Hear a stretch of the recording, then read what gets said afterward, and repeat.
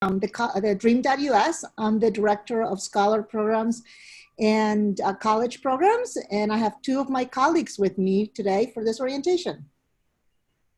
Go ahead, Sadhana. Hello, my name is Sadhana Singh. I am Program and Communications Manager with TheDream.Us, and I'll be facilitating today with some of the technical aspects of our presentation. Hi everyone, I'm Elena Solorio, and I'm the Senior Program Manager at TheDream.Us, and I will be presenting today along with Tanya. Welcome. Thank you, ladies, and thank you everyone for joining us today for this orientation and updates on our two scholarship programs. The three of us are going to turn off our videos now so that you can see our full screen with the PowerPoint to start. So I'm going to go ahead and stop my video, and you should still be able to hear me. We do have a Q&A box, so as questions come up, you can feel free to type in your questions, and we will answer them. Or there will also be several points throughout the presentation where we will stop to take questions from you. So with that, we will go ahead and start. Elena, you can go ahead to the next slide. So this is a little agenda of the things that we will cover today. Basically an overall overview of our organization, and then we will go through the application selection and award processing and how we make those payments. Then we'll go to our policies, our scholar community, and how we communicate with you and with our scholars throughout the year. So that will be our agenda for today. But we're gonna start with a little quick poll. So Sadhana, please launch the first poll. We would like to know who is on the line, if you will, with us right now. So please let us know what your role is with the Dream.Us. We will give you 15 seconds or so to answer.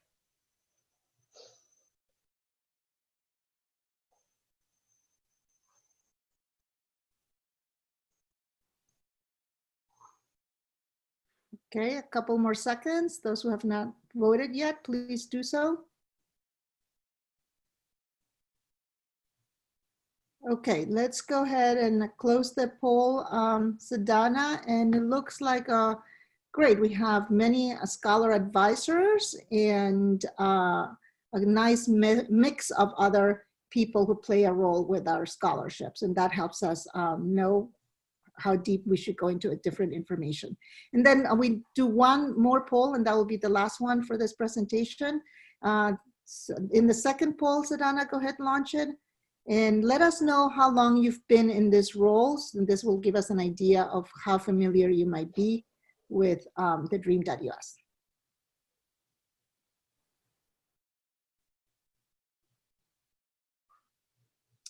Wow, we have some veterans here. That's great. And for those who are new to the organization, welcome. We look forward to getting to know you as we work with you. Please go ahead, keep voting.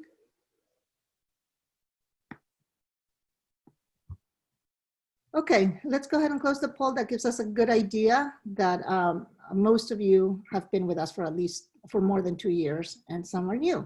Great. Let's stop the sharing and let's take it to the next slide. So let's meet the team. So the first people like to introduce you, go ahead, Elena, is our founders. The Dream.Us really was founded after the DREAM Act failed to pass Congress, with a firm belief by our founders that all youth in the United States, regardless of where they were born, had a right to a college education. So these four people came together from the different political spectrums and different ideologies, if you will, political ideologies, but yet with that belief that dreamers needed to have the financial means to get a college education. So they founded the Dream.Us, and here we are. We are going into our 6th year as an organization. In our team, you've met some of us, and in the next slide, you can see the rest of us. Candy Marshall is the president of the organization. She comes from the Gates Foundation. She's been here from the very beginning, along with Gabi Pacheco, who is an immigrant rights activist for many years. She was one of the leaders that made DACA possible in this country. Then we have Hain Lee, who comes from the CUNY system, and she manages all of our data for the Dream.Us. And then the three of us you've met.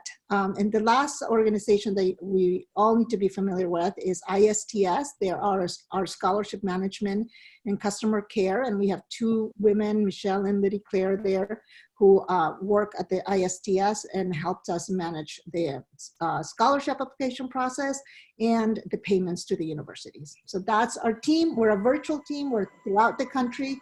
And we are happy and love our jobs. So the Dream program, we are the largest college access and success program in the country. We currently have about 3,400 scholars throughout 70 partner colleges. And our goal is to give about 6,000 scholarships and have about 4,500 graduates. So we're halfway towards our goal. And we have this partner college model that you all know of. We have colleges in our national program and then other 4 colleges in our opportunity program. Now, and in the next slide, I'm going to talk a little bit about why we're working with a partner college model. Really, as we developed the partner college model, we were looking for colleges that were going to be affordable to our students and that were interested in already working or looking to work to address the barriers and challenges facing dreamers. And together, our goal is to have at least a 75% graduation rate among our scholars. We are on our way. As you can see, our success rates are really strong for these students. 93% first year persistence rate is very high for this kind of population of students. So we believe that we're on our way to meet our goal of at least a 75% graduation rate, along with your support along the way. And then, as you can see, each of you fulfill one of these roles. So we're going to talk a little bit about what each of those roles means. In the next slide, it shows the primary relationship managers, basically the main contact at the university that overlooks and helps us manage the overall relationship with a university. And it's also the person that helps us know or nominates or points at who the scholar advisor or financial aid advisor will be, or anyone else in the team at your school for this partnership. Next, we have our admissions liaison, which are the people usually in your recruitment, enrollment, or admissions office that are working to promote the scholarship in your local communities so that high school and college and community college students know that this is available for them, to this funds to be able to attend your university. So we will be working with you to help you do outreach, to provide you with flyers and information. And we will actually be having another webinar on October the 24th, where we will go over our promotional strategy, and we will share with you the resources for this upcoming round to promote the scholarship locally. Again, the next round we will open, as always, on November 1st. The second person is what we like to term as the linchpin of the organization for the students, because they're really kind of like almost a one-stop shop for our students. They are there to help make sure that the students are doing well academically through the years and that they graduate from the university. So the scholar advisor role really is to answer questions, to help students access resources on campus or off campus. And then when issues come up, for example, academic issues of their GPA falling below a 2.5, or if the student needs to take a break, or if they need to go part-time, is to make sure that those students are still on the path to graduation. And Elena will talk a little bit more about how that works later on, but is really the scholar advisor who is working with the students throughout those 4 years to ensure success. Then the next person that is key is the financial aid advisor, whose role is to make sure that the financial aid package that the student has is really meeting the financial need of the students with a combination of our scholarship, or if you're in a state that offers state aid, that they receive state aid and they are applying for it, or if they have access to institutional aid, that they're getting those access to those, or merit scholarships or external scholarships, is really to help the student put together a financial aid package that will meet their needs. And in many of the universities, the financial aid advisor is also giving us the data necessary for us to make the payment every term to the college. And then this is a new role that we are very excited about. We know that our students, even though they're doing very well in college, they are suffering from some mental health issues, anxiety, fear, especially with what's going on in the country. So this summer we decided that we would add this role with the idea basically that to be able to link our scholars to someone in the mental health, in your mental health offices, that can either provide direct services to the scholars in need, or would know in depth about all the mental health resources on campus and off campus that they can link the students with. So we will start doing a little bit more work with the mental health liaisons over the next few months to make sure that our students' mental health needs are being supported. And then, okay, so I'll stop. If there are any questions, feel free to put them in the Q&A box or unmute yourself. Sedana, is that how it works? People can unmute themselves to ask a question?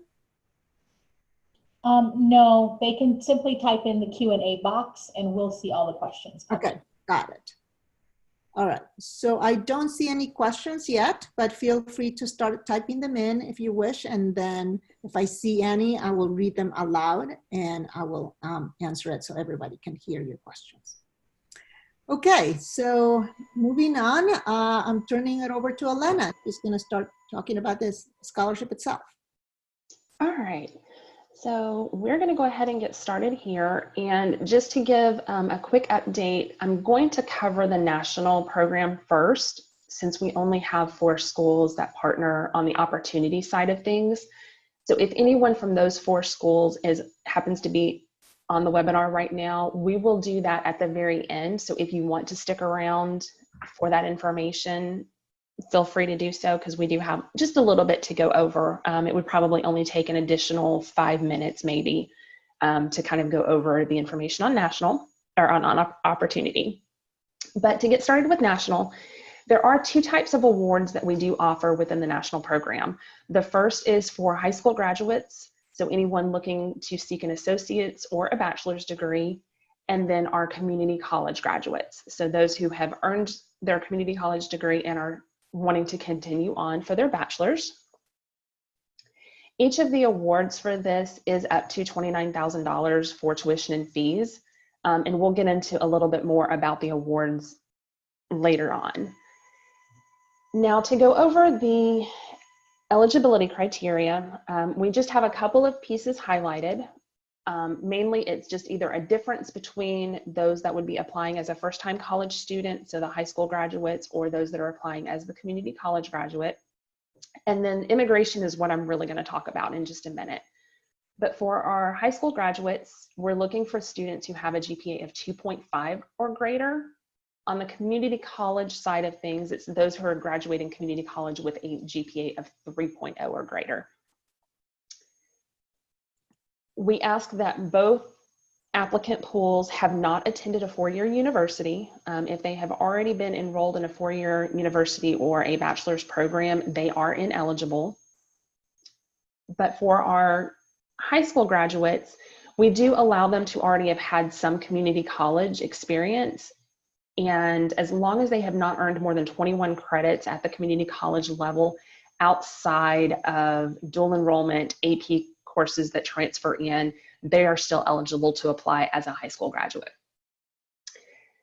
We do ask that if they are attending a public university, that they do qualify for in-state tuition. But the big piece here is what we've done this year for our immigration status. So in the past, the scholarship has been open for students who have DACA or TPS.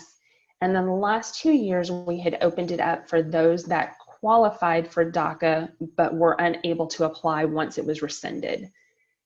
This year, we have opened it up so that it's actually just based on an immigration eligibility, not DACA, because for anyone who had come to the United States at the age of 8 years old, would have potentially graduated this past year, they would not have met the DACA immigration eligibility criteria because they would not have arrived to the States before 2007.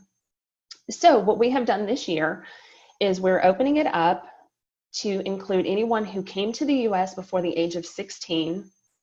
They've continuously resided in the US since November 1 of 2014 up to the present time and have had no lawful status. So 5 years before the scholarship round opens in November.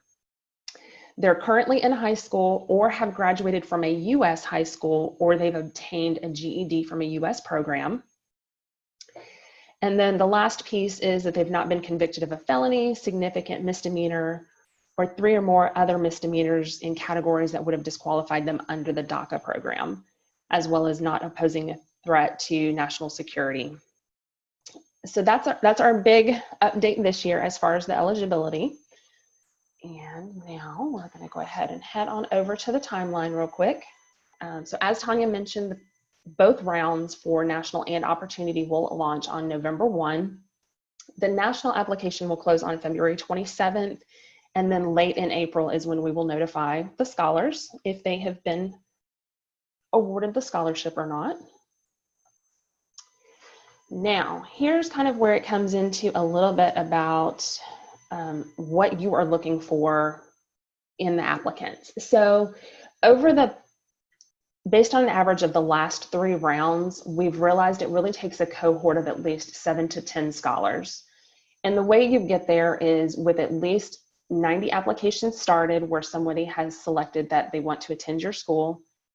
We need at least 30 of those to be complete and submit the application in order to see about 10 of those actually awarded. And the way you get there is by getting the word out.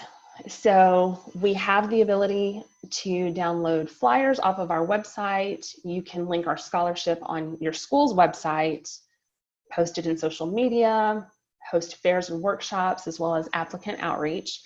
And again, you know, Tanya had already mentioned it, but we will be offering the promotional kickoff coming up next month. And so they'll go into a bit more detail on how you can get the word out.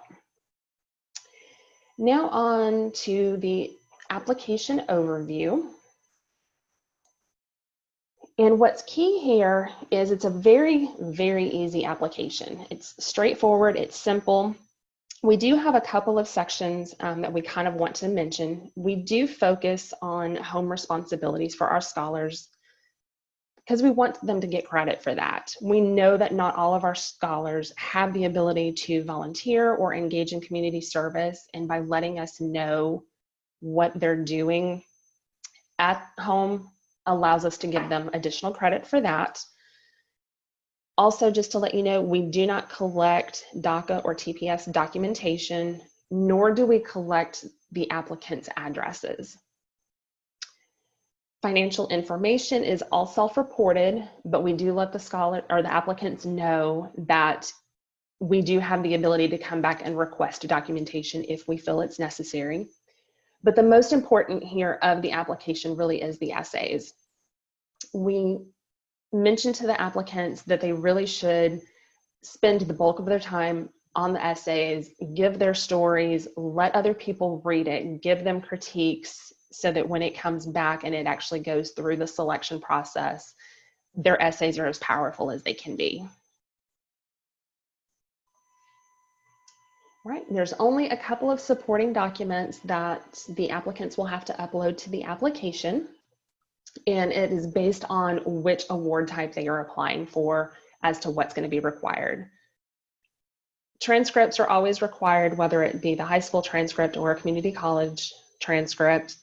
And if they've taken the SATs or ACTs, we do ask that they provide those as well.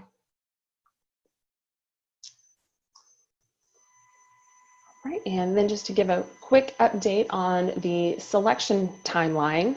So in March is when ISTS will actually begin to review all of the eligible and complete applications.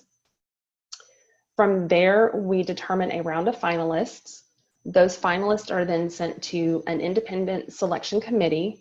That committee is made up of over 200 people, leaders in business, education, immigrants' rights organizations, and the essays, the finalist essays are read and scored by 2 different reviewers. And then again, in late April is when notifications will be made. All right, and we're up to the questions section here. So do we have any questions coming in, Sadhana? Yes, we do have 2 questions. Okay. So one question asks, didn't the academic success plan creation process change to scholars having a cumulative GPA of 2.0 or below? Read that one more time for me, I'm sorry. Sure. Didn't the academic success plan creation process change to scholars having a cumulative GPA of 2.0 or below? Got it. We're actually going to go into that when we get into the scholarship policy section. But it is that we require during the renewal process, scholars need to have a GPA of 2.5 or greater. If they're not, that's when the success plan comes into play. And then if they're below a 2.0, we'll get into that again in just a little bit here.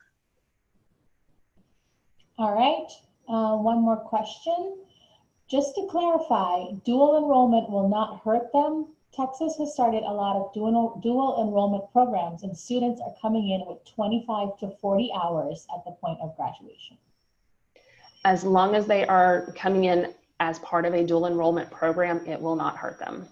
We're only counting credits that they have earned outside of high school once they've graduated high school. Okay, and then last question we have so far.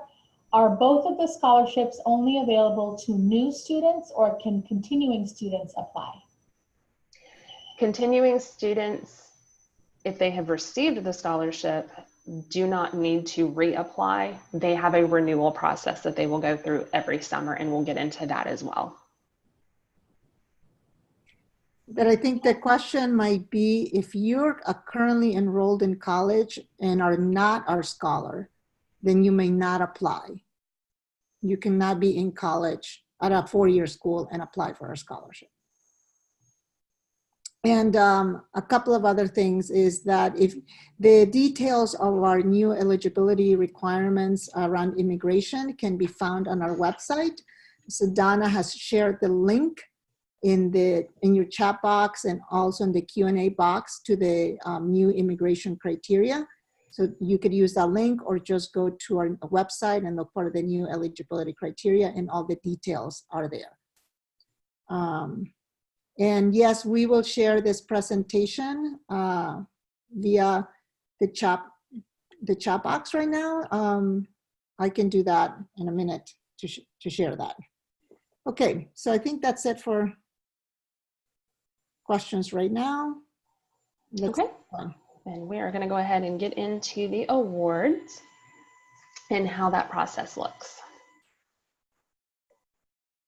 So as I mentioned earlier, the award for national is up to $29,000 for each award type, the difference being the stipend. So for our high school graduates, they can receive up to $4,000 in stipends, which goes for books and supplies, etc. And community college graduates up to $2,000. Now, stipends are only paid out during the fall and spring terms.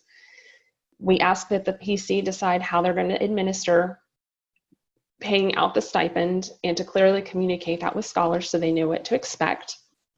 But we do have a handful of schools that do not receive the stipend. So schools in California, Washington, as well as those that attend Purdue Global University, do not receive the stipend. And then what most of our scholars definitely want to know is how and when they receive the award. So first off, we ask partner colleges to place a flag on the scholar at the beginning of the term so that their classes aren't dropped while we are waiting for the enrollment verification from the partner colleges to come into us. Once the enrollment comes in, then ISTS determines the award based on the tuition and fees up to the maximum and then wires the funds. And we do this by an enrollment verification process. That enrollment verification process takes place in mid-August and mid-January. This is when we're asking the partner colleges to put that hold on there. After that, the partner colleges are going through, they're confirming enrollment for all of the scholars, providing us with the tuition and fees and any financial aid information. That is then sent over. ISTS calculates the award based on each student, wires the funds over. Once the funds are wired, then ISTS will send the partner college back a finalized enrollment verification report that will list the individual award amounts for each scholar. And we do have a very similar process for those schools who participate in the special winter and summer sessions.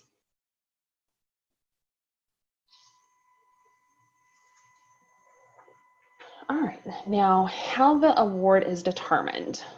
This is where it can be a little confusing for people. So we'll go through this slide real quick, and then I have a sample award calculation to show everyone. So the award amount is for the actual tuition and fees plus the stipend. We never send more than tuition and fees, and it will never exceed the term maximum available to the scholar. And each scholarship type has a different maximum, as well as we do have a different maximum based on some schools. We don't reduce the scholar's award unless their total financial aid package exceeds the cost of attendance based on their living arrangement. And then we do also have a handful of states where state aid has recently been made available to our scholars. And in those states, we do ask that the scholars all apply for the state aid. Those that qualify and receive it, we do reduce their award by that amount of state aid that they are receiving.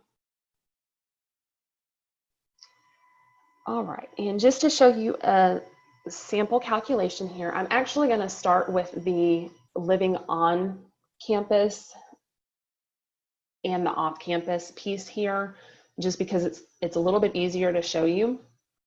So when ISTS is looking at the awards, they are looking at the estimated cost of attendance piece that has been provided to us by each school, looking to see how much the financial aid package is the scholar is receiving, which includes our award, our maximum for the annual.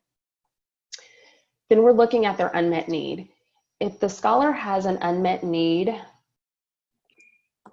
that is over and above what they're based on, once we subtract the financial aid package, as long as there's an unmet need, the scholar is going to receive their full award amount based on what their actual tuition and fees are.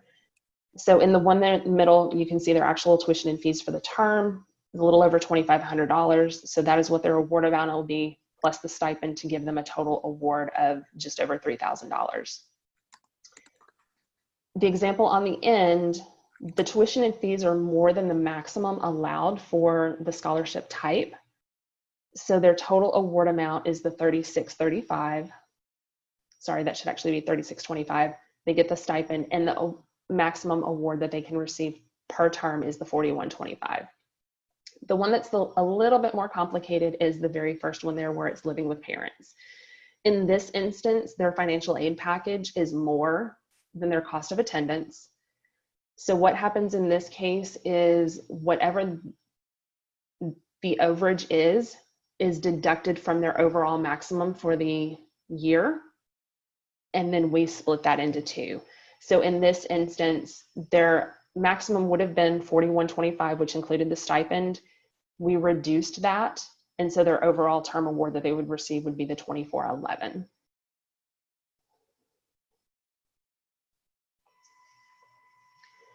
Right. And now, how is the award applied? So we do let the partner colleges know once the funds are sent back that the award is to be applied first and foremost to the tuition for the term, including any mandatory fees required by all students across the board at the school. So we do not pay for lab fees, health insurance plans, things like that. The stipend is also first applied towards any unpaid tuition. So in the instance where the scholar received the maximum award, but their overall tuition cost was higher than what the award is, their stipend would be first applied to that, and any remaining stipend could then be paid out to the student. In an instance where tuition and fees that are covered by other financial aid, the award can be applied towards other costs, but it's in very rare instances that any of our scholars actually have funds beyond tuition and fees that it will end up covering.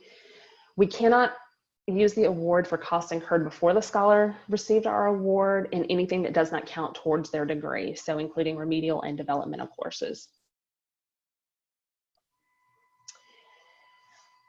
And maximum terms. So we did make a change to this recently. So for those who start out at a community college, we've always allowed those scholars 3 years to earn their associate's degree or transfer to a partner college with an additional 3 years to earn their bachelor's. For our community college graduates, they've always also had the 3 years to earn their bachelor's degree. The change we made this year were for our scholars starting at a 4-year partner college. In the past, we've allowed them 5 years to graduate with their bachelor's. We've actually upped it to 6 so that it actually works out the same as if they had originally started a partner at a community college. And this is key for those who actually take a break of enrollment, end up needing to go part-time at any point, because those terms do count towards their overall maximum. Also, in most cases, our scholars will have already maxed out at year 5 with the scholarship, but we do have a few schools where they may still have a little bit of funds remaining if they have not graduated and need to take a 6th year to finish. Right. And any questions on the award process so far? There are a couple of questions, Elena. One is not on the award, but someone wanting to know that if a student has attended what is called an early college high school, where they could potentially receive an associate degree as at the same time that they get their high school degree, can they still be eligible for the scholarship? Absolutely. They would just be applying as a community college graduate. Mm-hmm. Okay, and then the other one is, how long is ISTS taking now to send funds to the PCs? Because before it's taking a little too long, so how long is it taking now? Yeah, so in the past we've said 30 days, and I know there have been issues with that. At this point, they're getting funds out within about 2 weeks. We still say 30 days just in case there is a hiccup. We need to go back to the school for any clarification on the EVR, but right now funds are being processed within about 2 weeks. And then how will you validate the new immigration eligibility criteria? Will the school need to provide any information?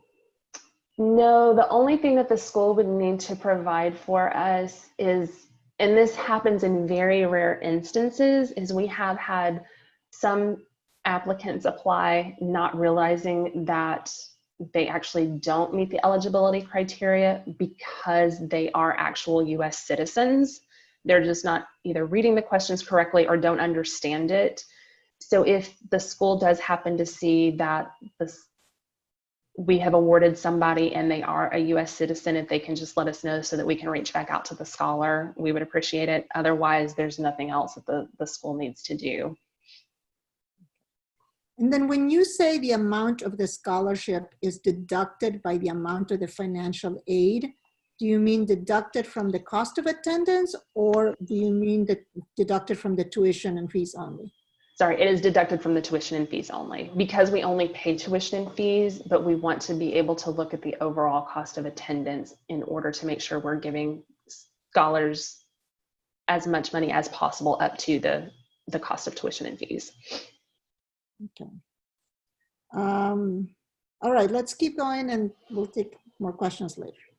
Okay. All right, so now we're going to get into the policies. And the first one is around part-time enrollment. So we do allow our scholars to enroll less than full-time, and they do not need to reach out to ISTS or us in order to go part-time. They do not need permission from us. They're allowed to do it. The only thing we ask of them is that they do meet with a scholar advisor and make sure that they have a plan in place to make sure that they graduate within the allotted time. All right. So now here's kind of the information back to the GPA. So we do ask our scholars, like I said, to maintain a GPA of 2.5 or greater, but if they drop below a 2.5, we want them to come up with a plan in place to improve their GPA. They're not having to reach out to us. They don't have to give us a reason as to why they have dropped below, anything like that. The only thing that they will need to do is in the renewal form, which is when GPAs are verified. It's only done on a yearly basis. We don't do it per term. They'll just let us know what the plan is. Hey, yes, I have definitely met with my scholar advisor. Here's what we've come up with as a plan. Where this really becomes important is if a scholar is below a 2.0. During the renewal process, if we get their transcript, we see that they're below a 2.0, we put them on academic warning from the scholarship, and they're given that next year to bring their GPA up. If renewal period the next year, they're still below a 2.0, at that point their scholarship will be terminated. And again, it ends up making it easier to do it on a yearly basis because that's when we're collecting transcripts. Okay. Breaks of enrollment. We definitely allow the scholars to take a break of enrollment. We know in a lot of instances they're dealing with extenuating circumstances. They need to maybe work full time because they're also helping to support family, etc. So we do allow it. This is the one instance where we do ask them to notify not only their scholar advisor, but that they do need to reach out to ISTS. If ISTS doesn't know this in advance, then they will assume that they've withdrawn, and then their flag is marked in their account and they don't have access to the renewal form once it's time to renew. Again, we do want them to kind of work with their advisor on having a plan in place for once they re-enroll in school so that they stay on track. And the amount of breaks that they are allowed is based on whether they're in a semester system or a quarter system. If they're in a semester system, 2 breaks over the course of the scholarship, 3 breaks if they're in a quarter system, because those breaks do count against their maximum term limit. We do also have an appeals process in place. We know that a lot of times scholars just forget that they need to let ISTS know, and so that's why we have put the appeals process in place. They can appeal if they've failed to notify ISTS, and we can see whether we grant a retroactive break of enrollment, or in an instance where they may need, if they're on a semester system, they need more than 2 breaks of enrollment due to extenuating circumstances. We're really just trying to train the scholars to make sure that they're letting the scholar advisor and ISTS know. We also do ask that the PC not appeal on the scholar's behalf. We really want the scholar to demonstrate their commitment to their education. So if you do have a scholar that needs to appeal, let them know that they must be the ones reaching out to ISTS. Right. And then permanent residency. Once a scholar receives permanent residency, we're ecstatic for them, but it does change their scholarship status with us, because now they are eligible to receive federal financial aid our scholarship is then removed just so that we can continue to fund additional scholars who don't have that access yet. Renewals, as I mentioned, does take place every June. It's typically about a month that they have to renew, or just under that. The only documentation is just their transcript. We just want to make sure that they're keeping on pace. In here, they can let ISTS know if they're planning to if they already know that they're planning to take a break in the fall semester or the following spring semester. They can let ISTS know here. Again, if they're below a 2.5, they need to give the reason behind that. And then if they're below a 2.0, we're watching to see if this is their second time renewing below a 2.0 to remove the scholarship, or if we need to put them on an academic warning and just make sure that they're working with somebody to bring that up. We do allow our scholars to transfer between partner colleges. They do have to make sure that they've applied and been accepted to the partner college. They continue to meet any in-state eligibility requirements. We also ask that they notify ISTS, their financial aid advisor, and the scholar advisor at both their current partner college as well as the new partner college, so both colleges are aware.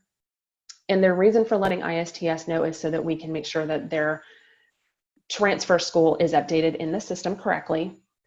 But we do have 7 schools in 3 states where the scholars are not allowed to transfer unless they've had prior approval from us.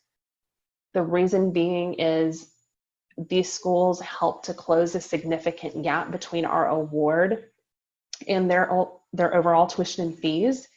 So these schools are only able to take a limited number of scholars, and so we have to work with those schools to make sure that they have the funds available to help support the scholars. And back to any questions. Okay, let's see. We have someone asking about a student who was able to complete their bachelor's from a community college and didn't use all of our funds. And now, could that student take additional undergraduate classes using the scholarship funds that have been left over?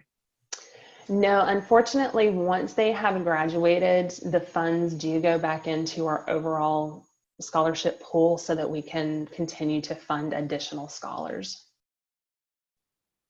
Okay, and then are there any further resources available at our website for those dreamers who may be graduating after their expected graduation date due to withdrawing a course?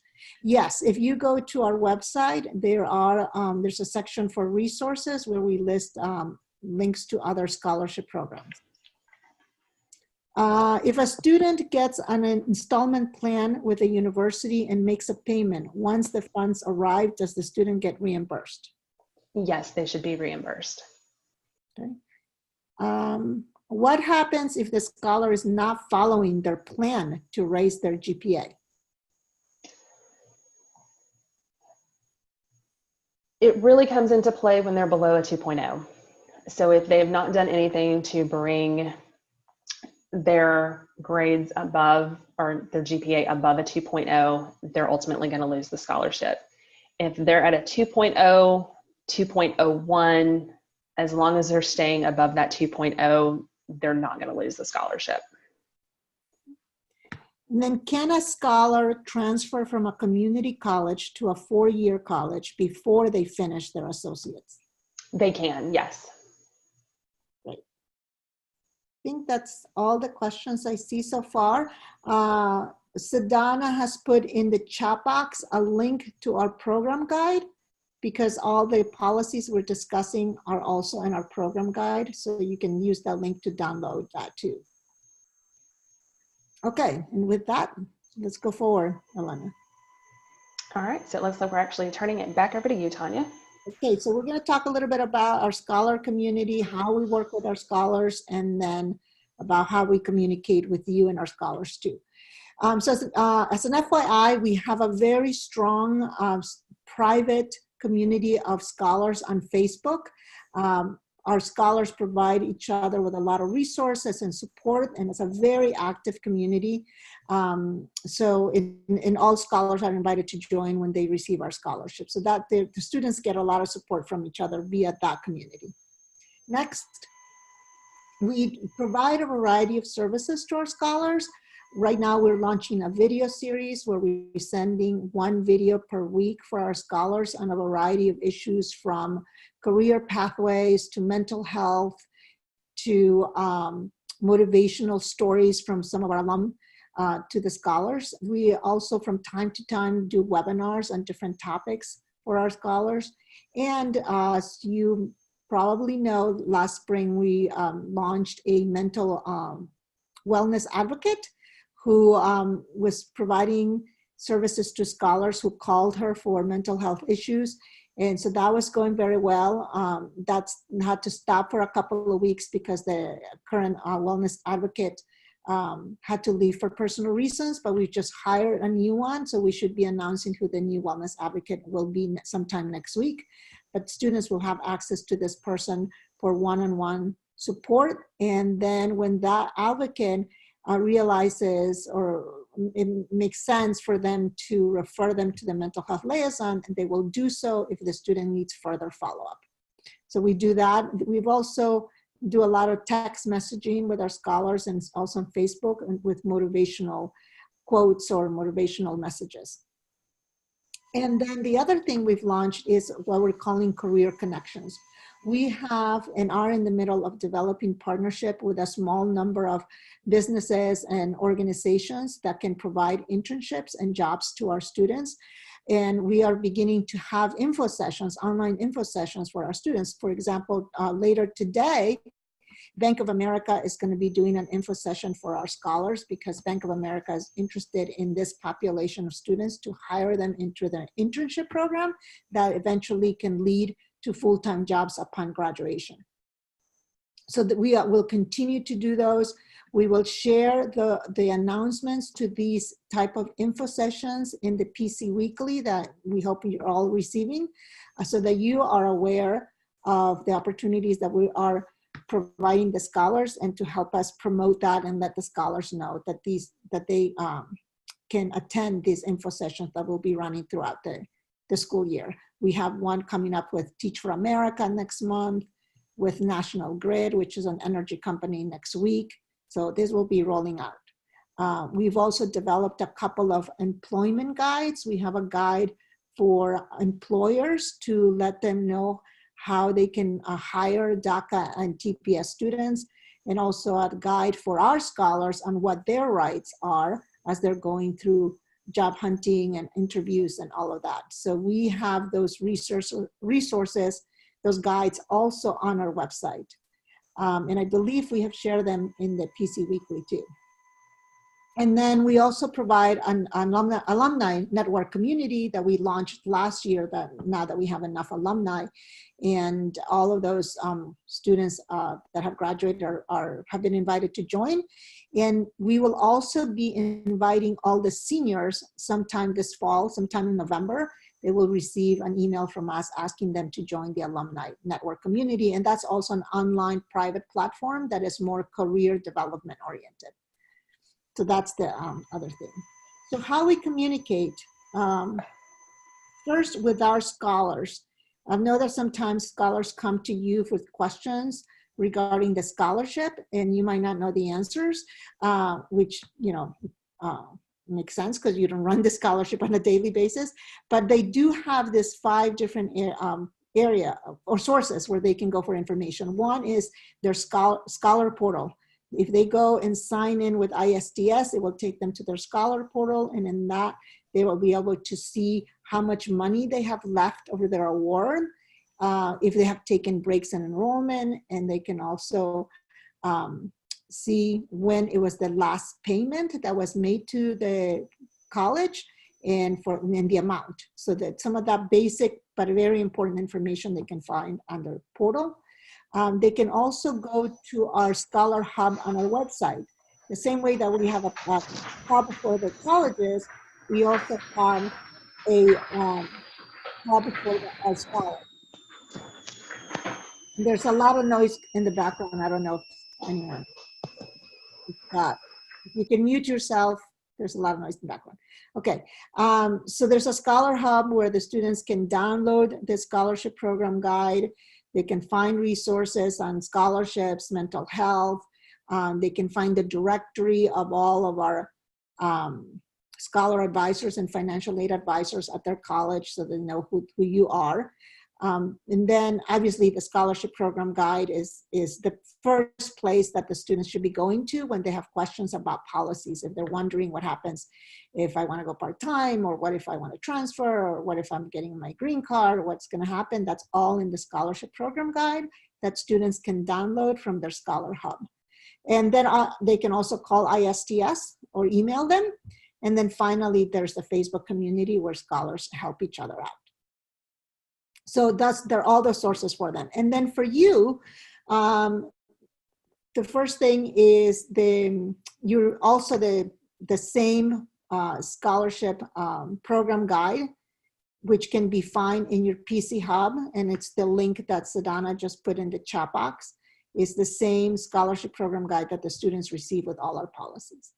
If you have questions that are specific about a student, a scholar issue, you can go to the PC help desk that is run by ISTS. And you can email the PC help desk and give all the information about the particular student and the issue, and then they will get back to you. And then you also have a PC Hub on our website. You go on our front page of our website, it's located on the top left-hand side. And if you go into the PC Hub, you'll find information on how to promote our scholarship locally if you're an admissions or recruitment person, on again, resources for students, on a copy of our memo of understanding, a description of all the roles at each of the partner colleges, like what is the role of the scholar advisor or the mental health liaison. So there's lots of information for you to help you also manage our partnership. Then you also have, each of our colleges has a relationship manager on our team. So for example, I manage the colleges in Colorado and California, Nevada. Elena manages some colleges in Florida, and so forth. Each of us has our own relationship manager that you can also come to for questions that you were not able to find an answer by going through the scholarship guide or to ISTS or to the Hub. And we also have our PC Facebook. If you have not joined our PC Facebook community, please do so. You could just find us. Sedana, maybe you can put the link to that Facebook group community in the chat box so people know. And also in the weekly that you get at the very bottom, in every weekly is the link to the Partner College Facebook, where again, it's a community for you to share resources, ask questions on how to support undocumented students. Then if you have questions about the EVR, you want to reach out to Elena since she manages the EVR process. Okay, here's the Facebook community that I was telling you about for the partner colleges. There's the link on how to join the colleges. It is also a private group, meaning we only allow staff from our partner colleges to join. So when you join our Facebook group, you will be asked for a code. You can see it here, 113017. You will need that code so to join that community so we can approve you as a member of our PC Facebook community. Go ahead. Okay, this is what your PC portal. As you know, you can go to ISTS, to your portal, to get two types of reports. One is your PC Scholar report. Basically, it gives you the data on the current scholars on your school. It gives you their names, email addresses, the payments that they've received so far, how much money they have left in their award, things like that. And then the other report, and this will be also very important for the admissions folks, is a report that lets you know during each round how many applicants you have so far. So you'll be able to get the information, the names, email addresses of those who have started the application for our scholarship. And also lets you know if they've completed and submitted the application yet or not. And that's important because you can use that data to reach out to those scholars who have not completed the application to encourage them to apply or help them apply, so that you get that robust number of applicants, at least 30 completed applications in order to get at least 10 scholars receiving an award to attend your college. So these are two important reports that you can run by going to your PC portal. You can access the portal as you see via that link.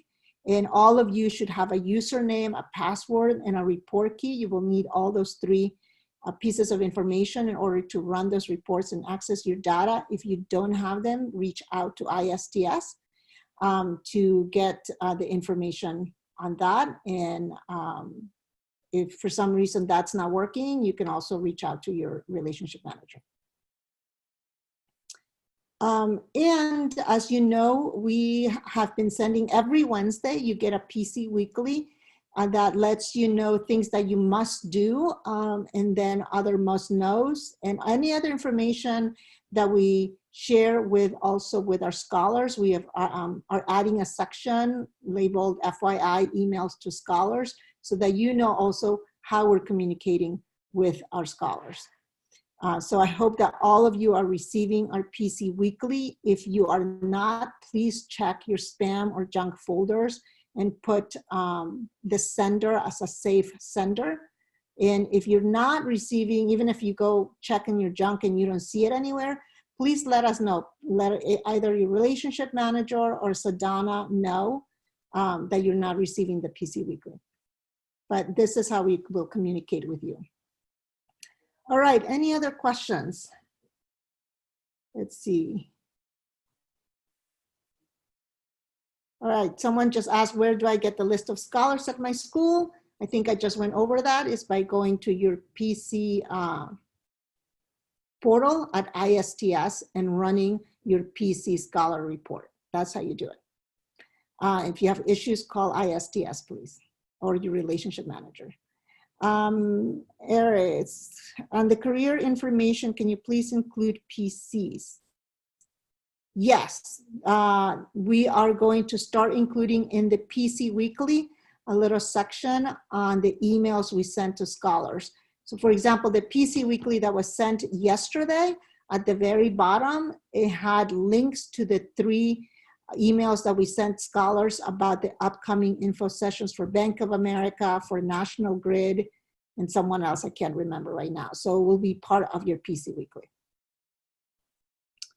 Any other questions, Donna? Do you see any other questions anywhere? There's a question in the chat, but I'm a little confused about it. Maybe we can clarify. The question is there any way community colleges can receive the list of students who receive the community college graduate scholarship?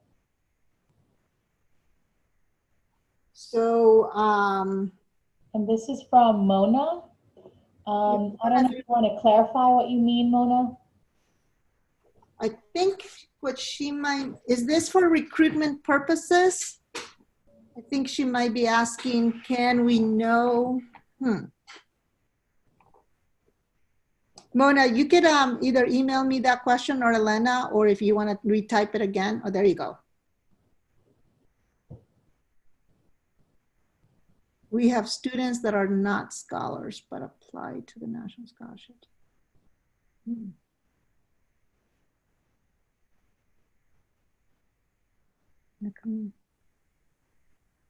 All right, I'm still not quite getting what you're saying, Mona. So when you run your PC Scholar report, you can see who are, let me just see. Okay. Mona, maybe you can give me a call and I can help you with that. And you have my number. If you just send me an email, you can see my number at the bottom of my signature. Okay. All right. Any other questions? I think that's it. No, here we go. Here goes.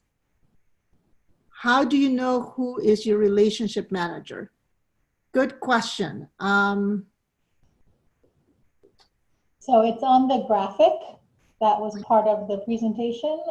The graphic shows each Dream.Us team member and what colleges we have, we are relationship manager for. What slide is that on, Sedona? I think you might have to go back a little bit because I saw it on one of the slides.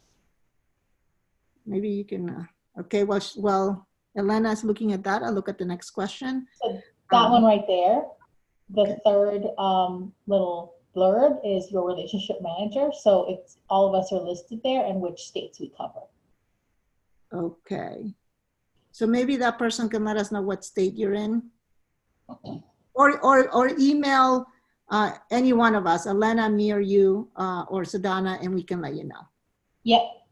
Okay. Yep. And again, this graphic is also found in the PC Weekly. So if you open up any one of those emails, the graphic link is right at the top of those emails. Right, at the PC Weekly, you'll see at the very top, it says, where do I go if I have a question? Yep. That, it will take you to that graphic, and you'll find out who your relationship manager is. Based on the new immigration eligibility criteria, does it mean that students do not necessarily must have come to the United States before the age of 16? Elena?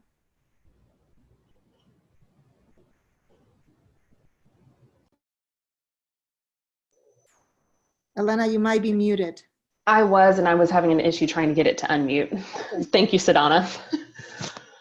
No, one of the requirements is that they have to have arrived before the age of 16. Mm-hmm. The reason we have done this, we have kind of mirrored our criteria based on some of the new DREAM Act legislation that's out there. But the key piece to making sure that they have come to the US for us by the age of 16, as well as have graduated from a high school here in the States, is we do have several states where it's a requirement that they have been within the public school system for several years in order to receive in-state tuition.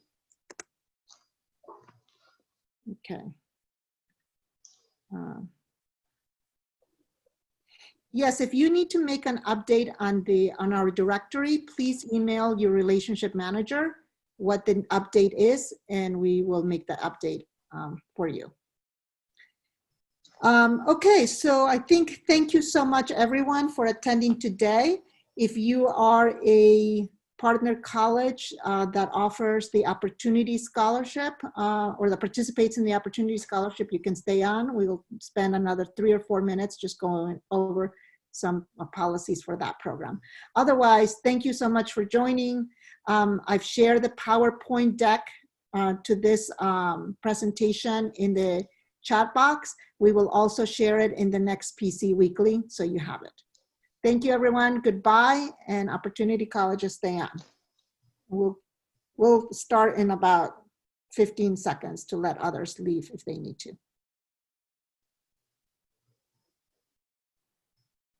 Elena, you can go ahead and move to the next slide, I guess.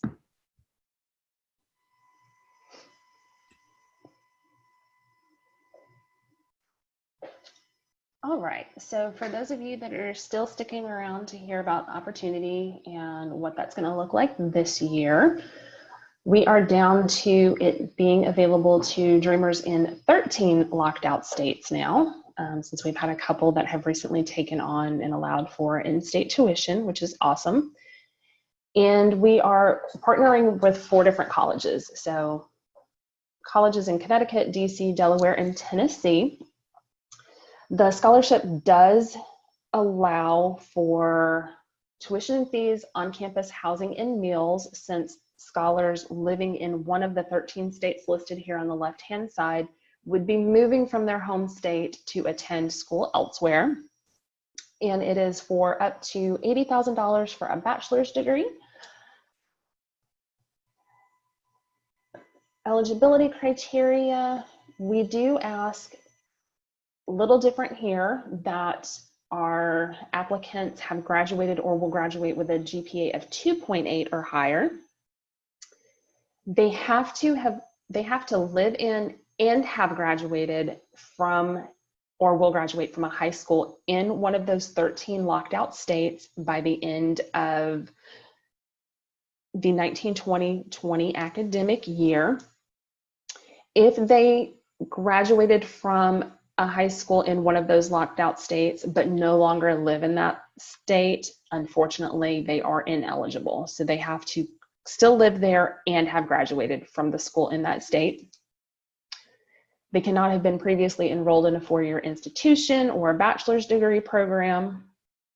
Know that they're planning to relocate to one of the four schools in the fall of the 2020-21 academic year. And as we went over just a little while ago, the immigration eligibility criteria will be the same as it is for the national program. And thank you so much, Sedona, for linking the breakdown of that criteria for us. The application will open on the 1st. This application will actually close a month prior to the national. So this one will close on January 31st. And then we'll begin notifying recipients in late March. Selection timeline for those of you who have been through the process, you know, it's definitely a little different than what it is for national, but if we do have anybody new on the team, ISTS does go through, they review all the complete and eligible applications, and then applications are uploaded into the ISTS portal for the PCs to review. This allows the PC the opportunity to see whether the scholar or the applicant has already applied to the school, whether they've already been admitted. They're able to look at the entire application because this application is also serving as their college application.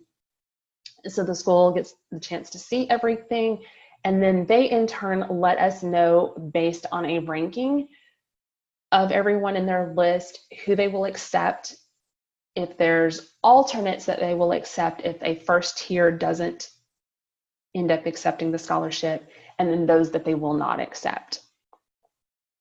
Once we have all that, then we're able to go back and let the recipients know who has been awarded. As I mentioned, it is a scholarship of up to $80,000. It's $20,000 award is paid out in the fall of the year. So once the PC provides us the enrollment verification, instead of just sending it for a term, those that have been awarded the opportunity scholarship, we go ahead and pay the full $20,000 out that fall. Again, we do ask them, the partner colleges, to put a flag on there so that the classes aren't dropped before the money arrives. And then again, it's all in one lump sum, the national and opportunity dollar amounts is wired over along with the updated EVR to the school so that they know who is getting what. How the award is applied, again, it's going to tuition and fees for the academic year, the mandatory fees, their on-campus housing and meals. What's different here is these scholars do not receive a stipend, so the funds cannot be applied towards books, transportation, supplies, or personal costs, anything that the scholar incurred before they received the award. We don't cover lab fees, courses that are not going to count towards their degree. They're not able to take summer courses based on the way this particular program is laid out. We also do not cover any courses that are required for a minor or a double major.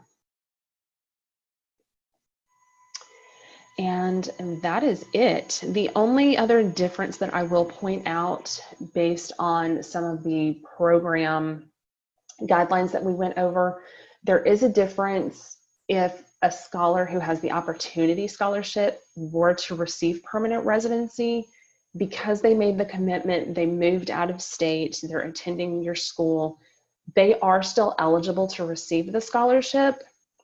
The only difference is we need to know how much they're receiving in federal aid because we will reduce that amount from the $20,000.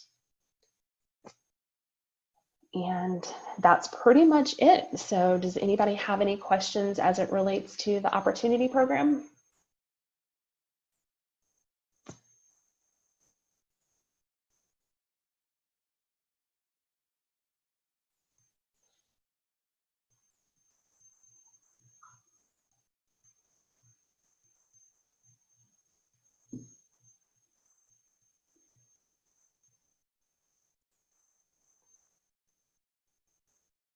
Sorry, I was muted. It says, it was a challenge collecting address information last year. Have you decided how to handle the issue of not collecting address information on the application? That is actually something that I am in the process of getting ready to do now as far as any sort of updates. So I will work with Hayne, confirm how we want to go about that, and we'll send out just a quick email to our opportunity PCs to let you know what we've decided. Okay. And I think that's the last question. Well, thank you everyone for joining in today. I hope this was useful. And thank you again for supporting our scholars, for working with us. We couldn't do our work without you. We're truly grateful. And have a rest of the week, a wonderful rest of the weekend. We'll be in touch via email. Bye-bye, everybody. Thanks, everyone. Thank you, everyone. Bye.